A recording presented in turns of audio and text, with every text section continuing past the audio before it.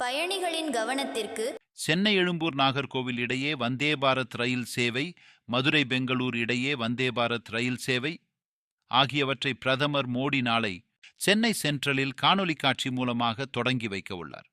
இந்நிலையில் இந்த 2 ரயில்கள் இயக்கப்படும் நேரம், நின்று செல்லும் ரயில் நிலையங்கள் விவரம் உள்பட பல்வேறு தகவல்களை ரயில்வே வாரியம் வெளியிட்டுள்ளது.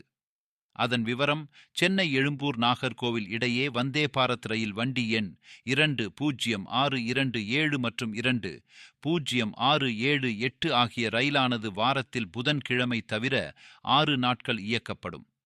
இந்த ரயில் எழும்பூரில் இருந்து அதிகாலை 5 மணிக்கு புறப்பட்டு நாகர்கோவிலை அதே நாள் மதியம் 1:50க்கு அடையும்.